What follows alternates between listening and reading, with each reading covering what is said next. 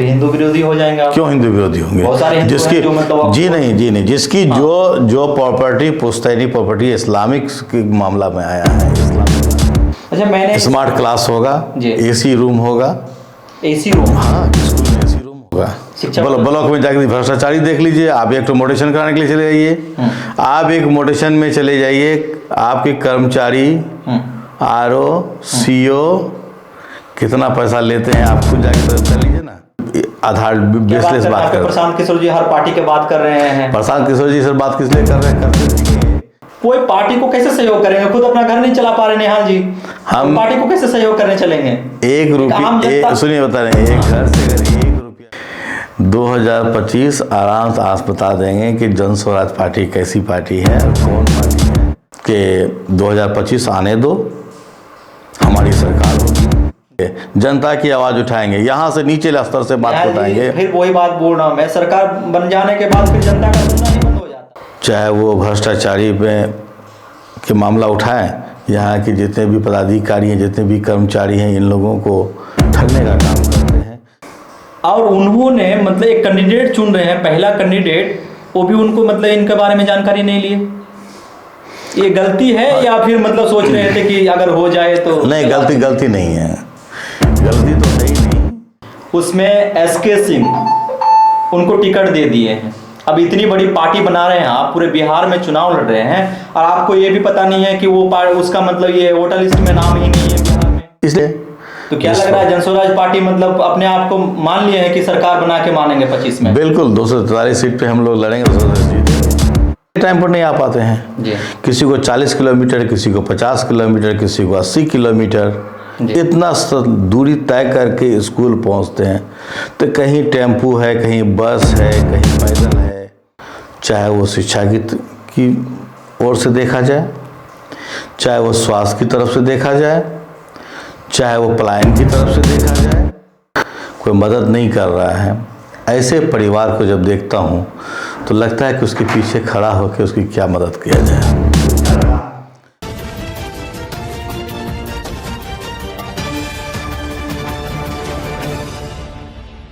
जय हिंद, आप देख रहे हैं द मीडिया लाइव और मैं हूं आपके साथ इकराम।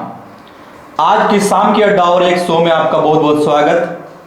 आज के शाम की अड्डा शो में हमारे साथ खास मेहमान है बिहार के किशनगंज जिले के जाने माने नेता और समाज सेवी, लगातार समाज से जुड़े हुए हैं और हाल ही में जनसुराज पार्टी का किशनगंज जिला प्रवक्ता नेहाल अख्तर जी हमारे साथ मौजूद है।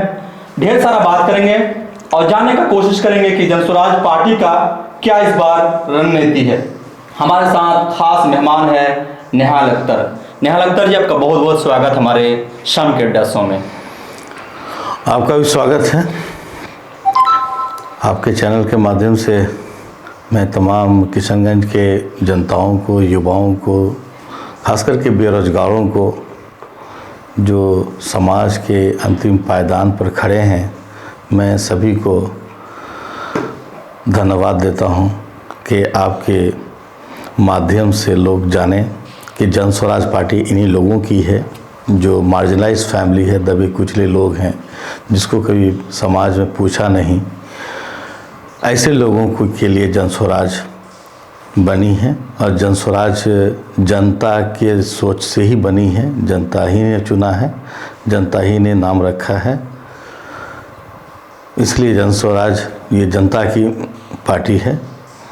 जनता उसकी पूरी अधिकार के साथ उसको आगे बढ़ा रहे हैं सभी जनता। सबसे पहले सर आपसे हम सवाल करेंगे कि आपका राजनीति में आना कैसे हुआ?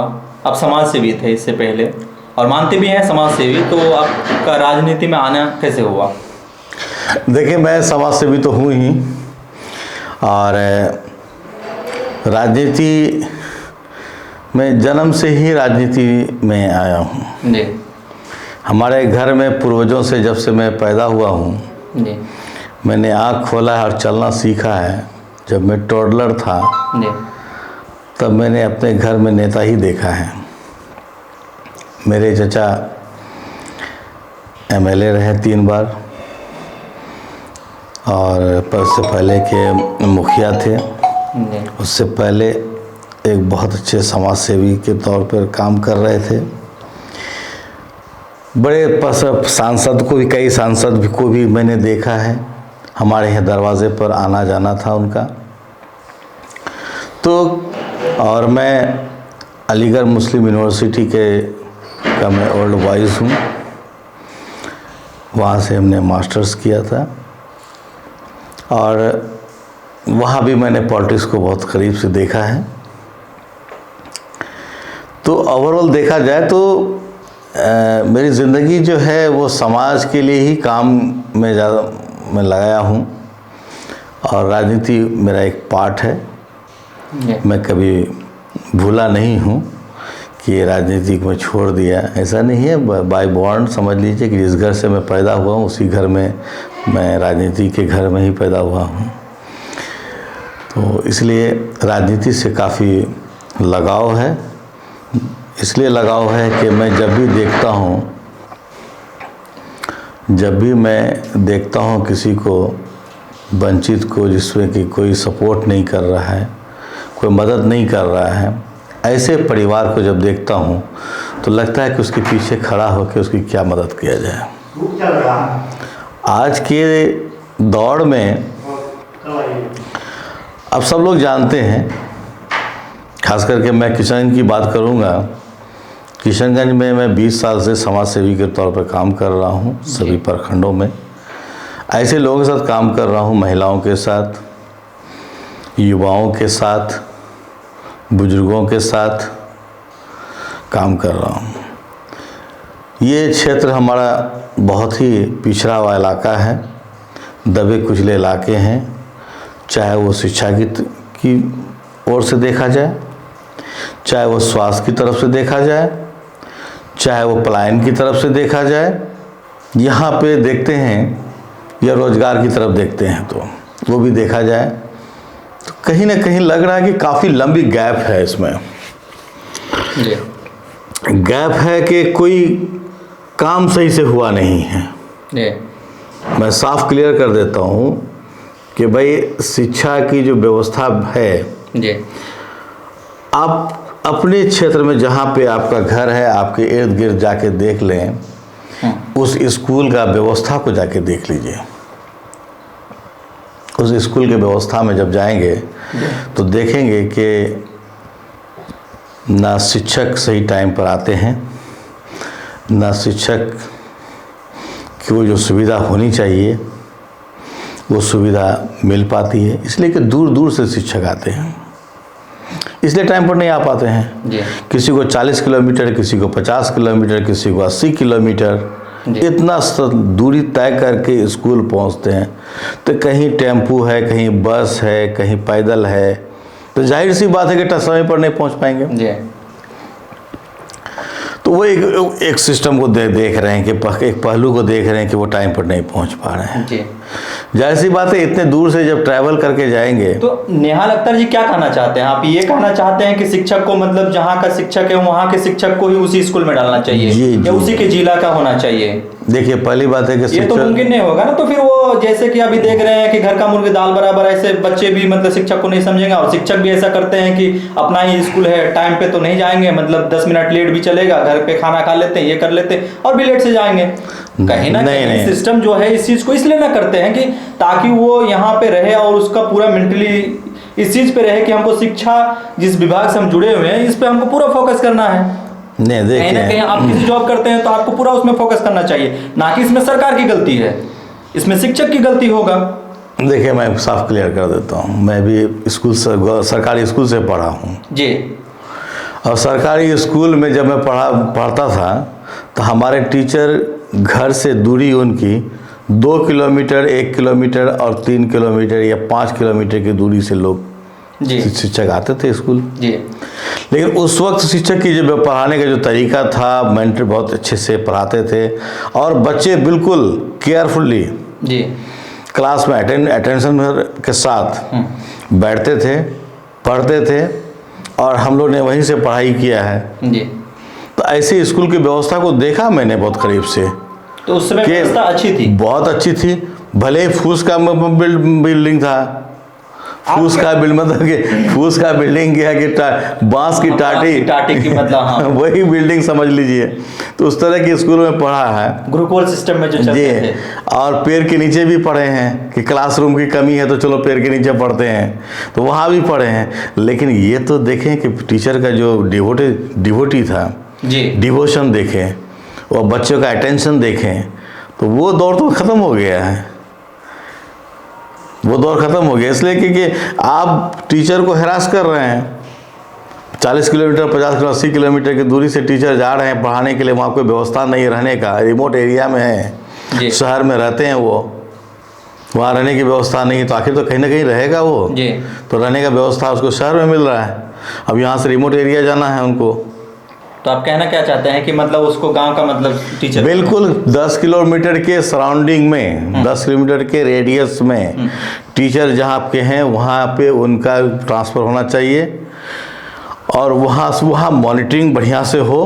जी। आखिर कम्युनिटी किस काम के लिए, समुदाय किस काम के लिए है? लेकिन समुदाय इतना जागरूक होते तो ऐसा तो नौबत ही नहीं आता है। आप देख लीजिए कि बिहार की शिक्षा व्यवस्था इतना बदहाल हो चुका था, अभी तो नीतीश कुमार बोला कि पहले से बहुत ज़्यादा सुधार किए हैं। अभी सुधार किए जो नहीं सुधारे हैं, जो हम लोग जन स्वराज सुधारने के लिए जा रहे हैं, जन स्वराज का लक्ष्य यही है। तो क्या लग रहा है जन स्वराज पार्टी मतलब अपने आप को मान लिए है कि सरकार बना के मानेंगे 25 में? बिल्कुल 243 सीट पे हम लोग लड़ेंगे, 243 जीतेंगे और सरकार बनाएंगे। सर जब सरकार बनाएंगे तो स्कूल का जो व्यवस्था है आप देख लीजिएगा किस तरह से प्रशांत किशोर भी बयान दे रहे हैं, आप भी वैसे बात करें। प्रशांत किशोर जी बयान दिए हैं कि अब आ गया हमारे पार्टी का, जिस दिन उनका स्थापना अधिवेशन था उस दिन उन्होंने बयान दिया और बताया, अपने भाषण में बोले हैं कि अब सब पार्टी का, चारों पार्टी जो है बीजेपी, आरजेडी, जेडीयू, कांग्रेस, सबको डब्बा में पैक करेंगे, अब हम ही राज करेंगे। हम राज नहीं करेंगे क्योंकि ये जनता की राज है, ये जन स्वराज है, जनता की पार्टी है, जनता ने ही बनाया है जी।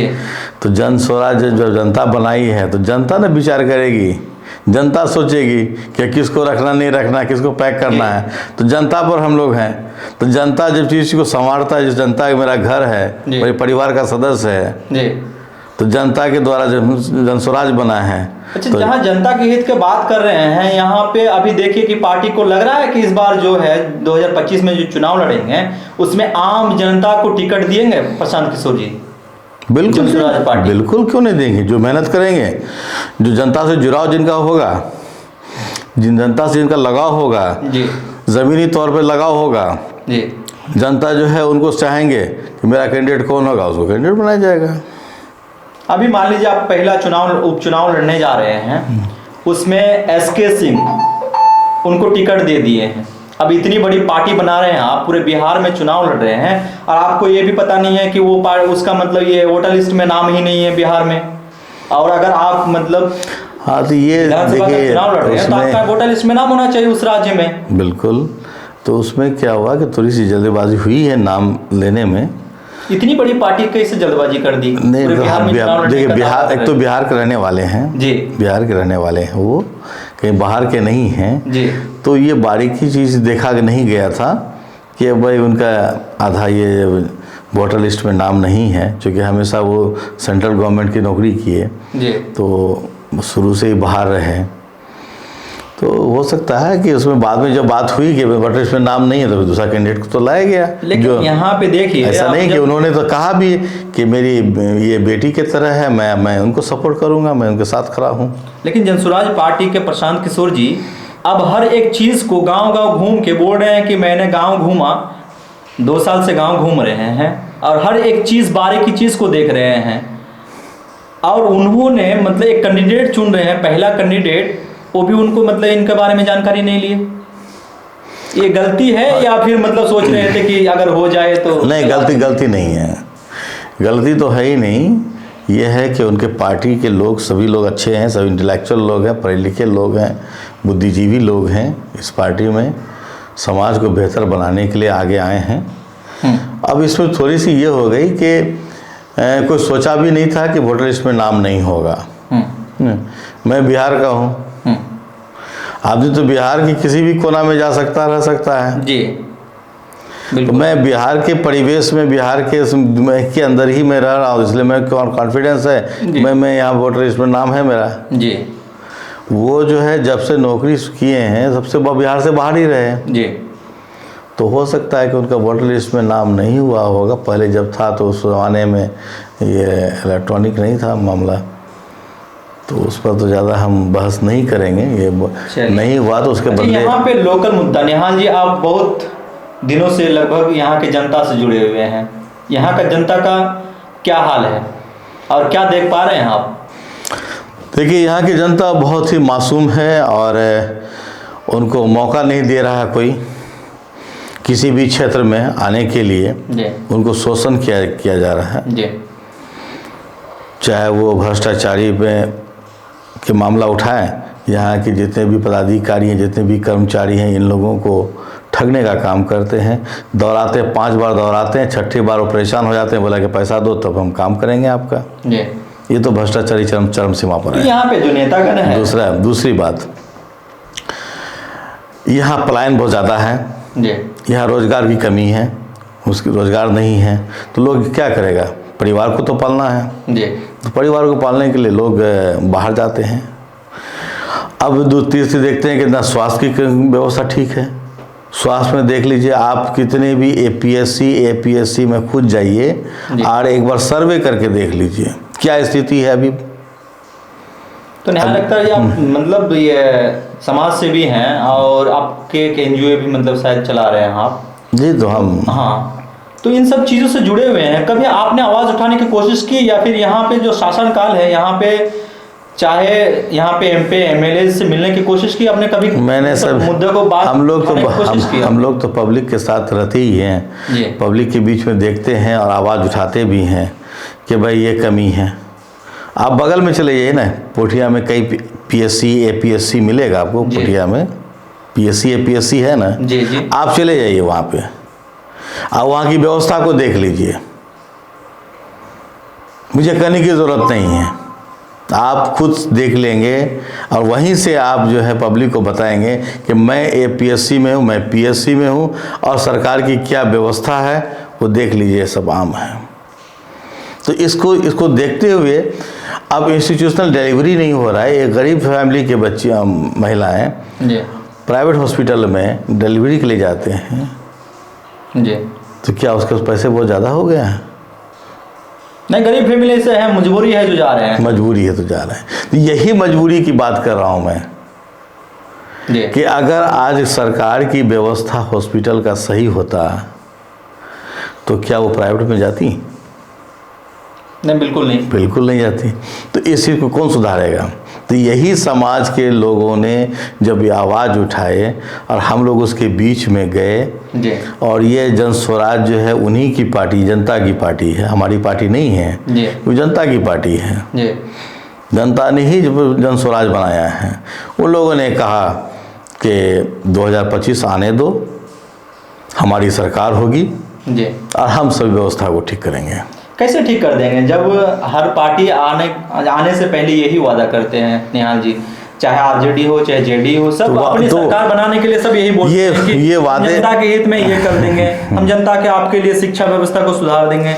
लेकिन सब जब सत्ता में आ जाते हैं उसके बाद कहीं ना कहीं एक टाइम तक फिर हो जाते हैं, अपने देखिए हिसाब से चलने लगते हैं। हम जनता के हित में करेंगे, जनता के लिए करेंगे, ये वो जनता के लिए करेंगे, ये जनता खुद करेगी। दोनों में फर्क है।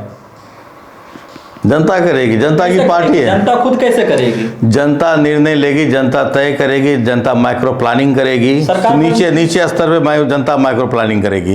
इसकी आवाज़ ग्राम सभा की आवाज़ उठाएंगे, जनता की आवाज़ उठाएंगे, यहाँ से नीचे स्तर से बात उठाएंगे। फिर वही बात बोल रहा हूँ मैं, सरकार बन जाने के बाद फिर जनता का सुनना ही बंद हो जाता है। नहीं, यही तो फर्क है जन स्वराज और पार्टी में फर्क। क्या फर्क दिखाना चाहती है?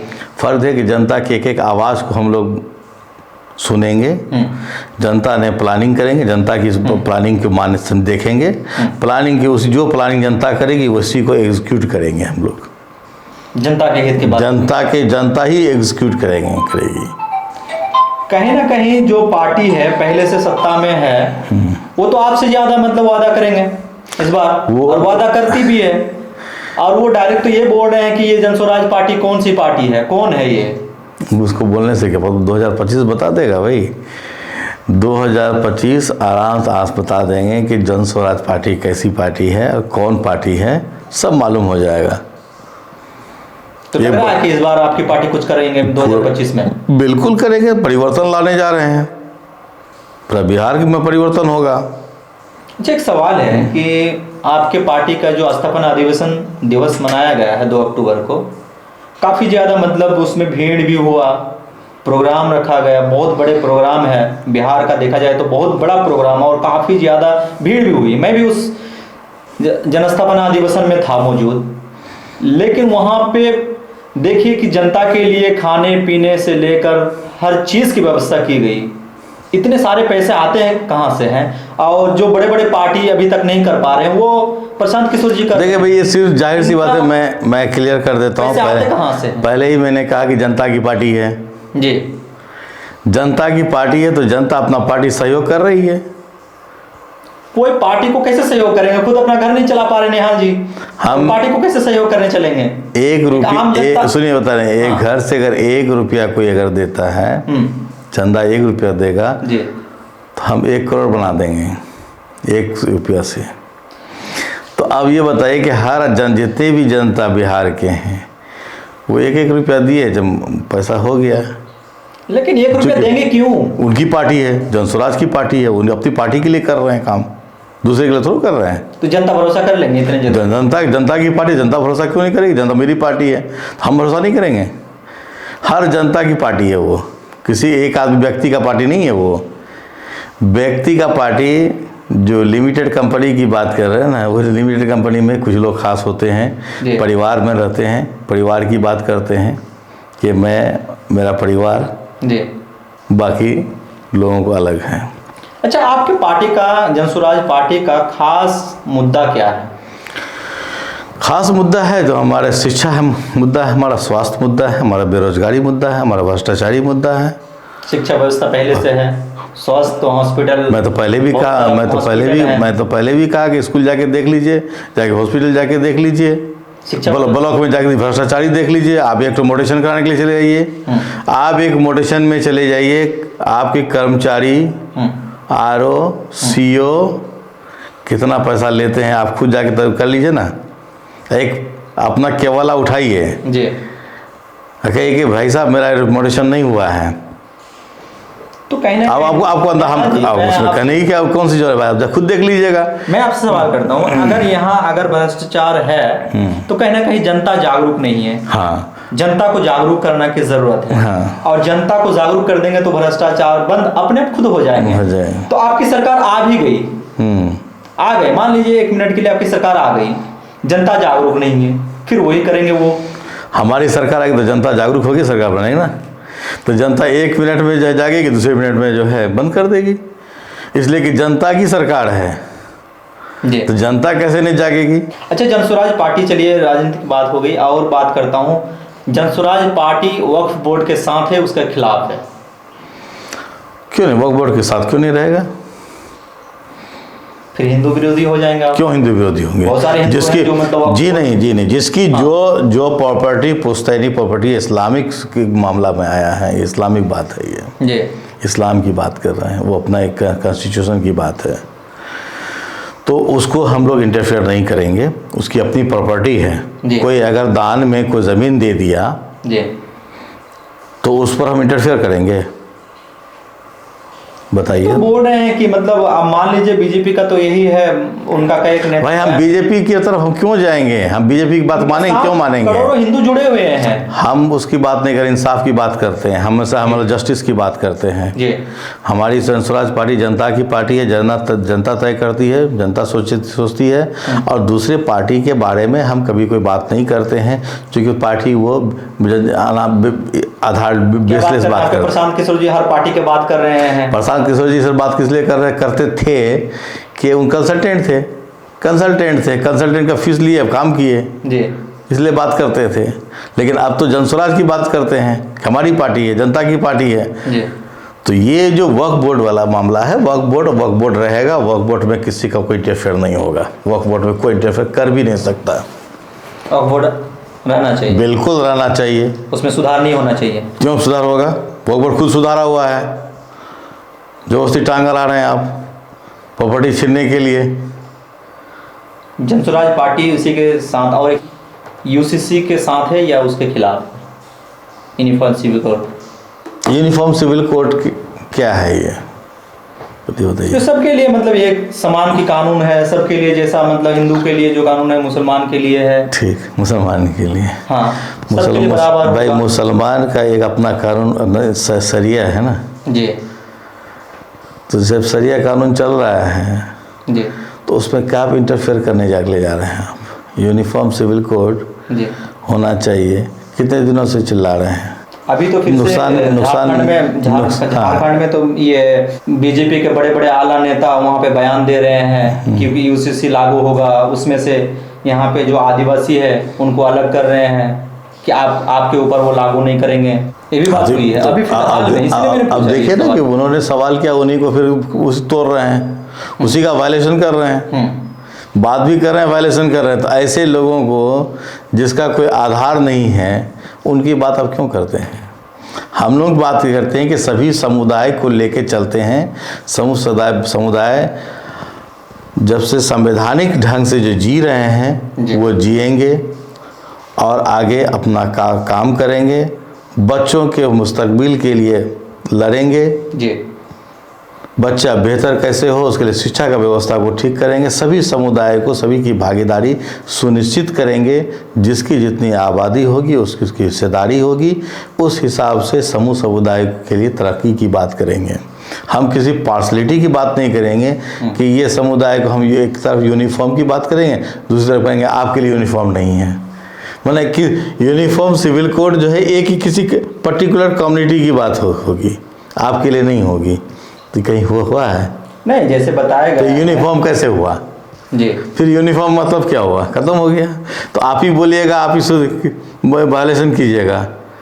सिर्फ वो आदिवासी को मतलब हटाने के बाद किए इसमें। हाँ तो किया, कम्युनिटी नहीं है क्या?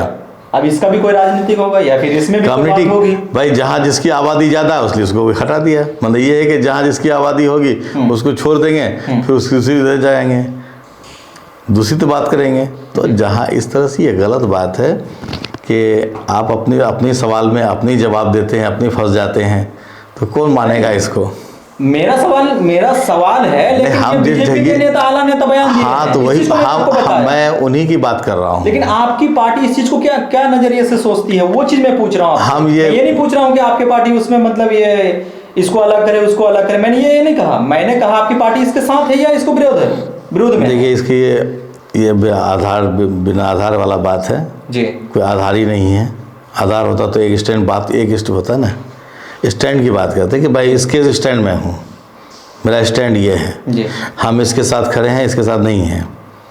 एक तरफ कह रहे हैं कि हम ऐसा करेंगे, एक तरफ कह रहे हैं कि नहीं उसी का वायलेशन करेंगे जी। तो ऐसा भी होता है क्या? चलिए आप यहाँ पे बात करते हैं महंगाई को लेकर। बिहार में नहीं आपका जिला में नहीं है, ये पूरे हिंदुस्तान में महंगाई का मार, उसका कहर देख रहे हैं। इसको लेकर नेहा अख्तर जी क्या सोच रहे हैं और आपकी पार्टी क्या सोच रही है इसको लेकर? महंगाई को लेकर क्या करें हम लोग? जब सरकार हमारी बनेगी हम अपना टैक्स को करेंगे, देखेंगे टैक्स को कितना टैक्स किस डिपार्टमेंट से कहाँ जा रहा है, क्या कर रहा है, कौन सा काम में कर रहा है। महंगाई जहाँ पर संभव होगा हम लोग उसको देखेंगे, विचार करेंगे कि कहाँ कम होना चाहिए। जैसे पेट्रोल की बात कर रहे हैं और स्टेट में असम में देख लीजिए, बंगाल में देख लीजिए, झारखंड में देख लीजिए, बिहार में देख लीजिए, हर स्टेट का अलग अलग है। तो टैक्स पेयर के हिसाब से मतलब कम है। हाँ तो उसी को हम देखना चाह रहे हैं ना, उसी को देखेंगे ना, उसको भी देखेंगे। जब हम जाएंगे अंदर तब ना सरकार हमारी बनेगी तो हमारी ज़रूर जाहिर सी बात है कि हम उसको भी देखेंगे कि किस तरह के लोग जो है किसान लोगों के लिए किसान के लिए क्या करना चाहिए, किसान के लिए डीजल का व्यवस्था कितना होना चाहिए, उसका रेट कितना होना चाहिए, सब्सिडी कितना दिन देना है। वो सारी बातें तो हम लोग वहाँ बैठेंगे तब बात देखेंगे, तय करेंगे, निर्णय कर लेंगे और जनता के हित के लिए करेंगे। चूँकि जनता की पार्टी है जी, जनता तो तय करेगी कि बार रेट इतना हम डीजल का रेट कम होना चाहिए। अच्छा, किसान के लिए क्या सोच रही है आपकी पार्टी? किसान के लिए किसान के जो मूलभूत सुविधा है मैं उसको देंगे। किसान के लिए जो ऋण है उसको पर गौर करेंगे। किसान की जो व्यवस्था है, सिंचाई का व्यवस्था है, उसको तो ठीक करेंगे जी। ये जो नल जल देख रहे हैं जी, अभी देख रहे हैं नल जल ना, कितना सक्सेस है? मैं आपसे सवाल पूछता हूँ। सक्सेस क्या? सक्सेस कुछ भी नहीं है। नहीं माने है। तो सक्सेस नहीं है ये। नहीं है, क्योंकि अब देखिए कि कहीं नल है तो जल नहीं है, जल है तो नल नहीं। नल नहीं है। हाँ, तब तो ये कि इस तरह का जो है योजना ला करके किसका फायदा हो रहा है? देखिए, ये कागज सिर्फ ये कागज पे चल रहा है। सरकार है, नीतीश जी इसके बारे में कई बार खुलासा भी किए हैं कि हमने जो कार्य करने की कोशिश की, कहीं ना कहीं ये फेलुअर कहीं ना कहीं वहाँ के जनता की वजह से है। जनता भी इसमें ध्यान देना चाहिए, जनता को भी मतलब सपोर्ट करना चाहिए कि जनता नल खुली हुई है तो उस पर ध्यान देना चाहिए, या वहाँ के जो कर्मचारी है उसको ध्यान जहाँ नल नहीं लगा है, जहाँ नल ही नहीं लगा है तो नल लगाने की कोशिश करेंगे हम। करेंगे तो कब से कर रहे हैं? जल नल योजना कब शुरू हुई है? कब अभी कहाँ बैठे हुए हैं? उन्होंने तो कई बार कहा कि बिजली, देखिए कि पहले मतलब बिजली नहीं थी, हर घर तक हमने बिजली पहुंचाने की काम की, इसको भी पहुंचाएंगे। अब बिजली की बात कर रहे हैं, स्मार्ट मीटर लगाने के जा रहे हैं, लगा रहे हैं ना। स्मार्ट मीटर के खिलाफ आप हैं? बिल्कुल खिलाफ है। स्मार्ट मीटर नहीं लगना चाहिए। क्यों है? स्मार्ट मीटर लगेंगे है कि सब बिल इतना आ जाता है कि लोग परेशान हैं। जिसके जो गरीब फैमिली है, परिवार है, जिसको 2000 महीना आमदनी है, वो 1500 रुपया बिजली बिल दे रहे हैं, तो 500 रुपया में परिवार चलेगा। सब बिजली बिल में चला जाएगा पैसा उसका। तो इसको कहीं ना कहीं सुधार करने की कोशिश, सुधार करने की क्या, बिजली स्मार्ट मीटर लगना ही नहीं चाहिए। मैं बिल्कुल उसके कतई खिलाफ हूँ। मैं स्मार्ट मीटर नहीं लगना चाहिए। स्मार्ट मीटर से जो लोग परेशान हैं, और उसके लिए कोई व्यवस्था इस तरह हो कि जो जितना इस्तेमाल कर रहा है उसका सही रीडिंग आना चाहिए। उसके लिए मैकेनिज्म डेवलप करना पड़ेगा। ये स्मार्ट मीटर स्मार्ट बनने की कोशिश मत करें। क्षेत्र से काफ़ी समय से जुड़े हुए हैं और आप अभी भी मेहनत कर रहे हैं दिनों रात। आपका फेसबुक पेज से या फिर आपके सोशल मीडिया से आपको देखा जा रहा है कि आप मेहनत कर रहे हैं। क्या मतलब चुनाव लड़ने के लिए, या फिर क्या मतलब आपका विचार है? हम तो जनता के बीच में जाते हैं, जनता से बात करते हैं, जनता की समस्या को देखते हैं, जनता की समस्या को उठाते हैं, बस इतनी बात करते हैं। जनता अगर चाहेगी कि हाँ हमारा जो है रहबर नेता हमारा निहाल जी होंगे, चाहेंगे तो हम जरूर बनेंगे। जनता नहीं चाहेगी, हम क्यों बनेंगे? यानी कि आपका कहीं ना कहीं आप चुनाव लड़ने के लिए चाहते हैं, या फिर मतलब क्या है आपके विचार? हम चाहते नहीं है, जनता चाहेगी तो हम होंगे। जनता चाहेगी तो आप जरूर लड़ेंगे, क्योंकि जनता की सरकार है। जनता की सरकार है। जनता की सरकार होगी, जनता मालिक है। जन स्वराज में जनता ही जन स्वराज बनाया है।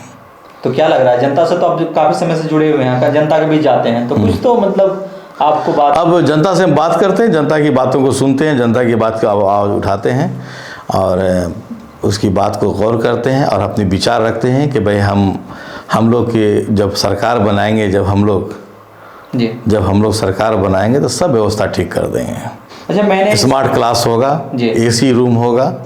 AC room? हाँ, स्कूल में एसी रूम होगा। क्या बात है? बच्चे गर्मी में बच्चे तपती धूप में नीचे बैठ के पढ़ाई कर रहा है, वो भी सही से पढ़ता नहीं है। अच्छा, तो बिल्डिंग बन गए हैं यहाँ? कहाँ बने बता जी? नहीं, आप देख लीजिए। अरे मैं तो हर स्कूल जाता हूँ, मैं स्कूल घूमता हूँ। स्कूल में भी जाता हूँ। पक्की मकान है? मैं भी पक्के मकान में पंखा है, फैन भी लगी हुई है, बहुत सारा स्कूल घूमता है। बता दीजिए। अब ये तो सरकार, दूसरे आप छोटे बच्चे को बस्ता लेके जब जाते हैं, कहाँ बैठते हैं? बेंच पर बैठते हैं या सहन पर बैठते हैं, फ्लोर पर बैठते हैं? हाँ, छोटे बच्चे हैं तो ऑब्वियसली बेंच पे सही से नहीं बैठ पाएंगे, गिर जाएंगे। गिर जाएंगे। प्राइवेट स्कूल में जब जाते हैं जी, छोटे बच्चे नहीं पढ़ते हैं? पढ़ते हैं, जरूर पढ़ते हैं। वो बच्चे कहाँ बैठते हैं? उनके हिसाब से बेंच बनाया जाता है। उनके हिसाब से प्राइवेट स्कूल में उसके हिसाब से बेंच बनाया जाता है, और सरकारी स्कूल में उसके हिसाब से नीचे बैठाया जाता है। यही फर्क है। और दूसरी बात है, स्कूल में हाइजीन का व्यवस्था है, शौचालय की व्यवस्था सही है। आज स्कूल की बच्चियां ड्रॉप आउट होने का कारण जानते हैं? शौचालय नहीं होने की वजह से।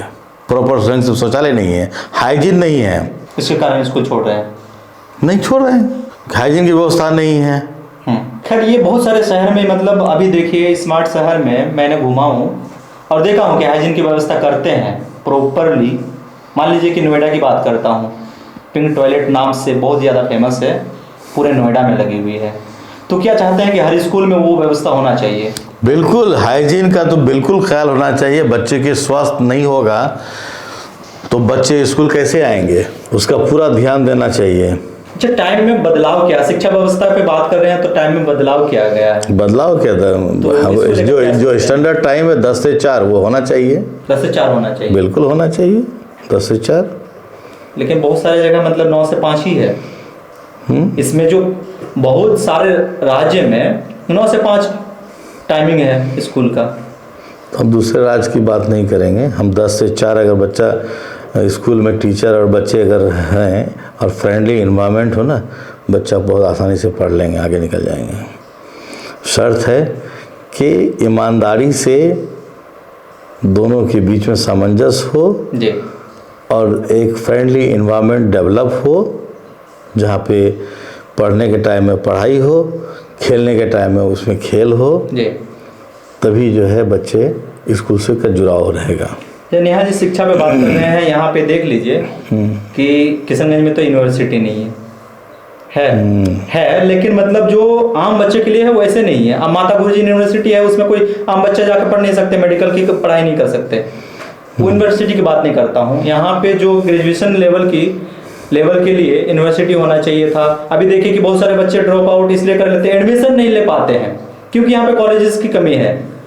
मैं ग्रेजुएशन की बात कर रहा हूँ, बहुत सारे बच्चे हैं जो ग्रेजुएशन में पढ़ाई तो नहीं ले पाते हैं। इसके लिए कभी आपने कोई आवाज उठाने की कोशिश की या फिर बच्चों से मिले हैं आप, शिक्षा से? मैं अपने क्षेत्र में जहाँ जाता हूँ मैं यही बोलता हूँ कि यहाँ पे डिग्री कॉलेज नहीं है जी।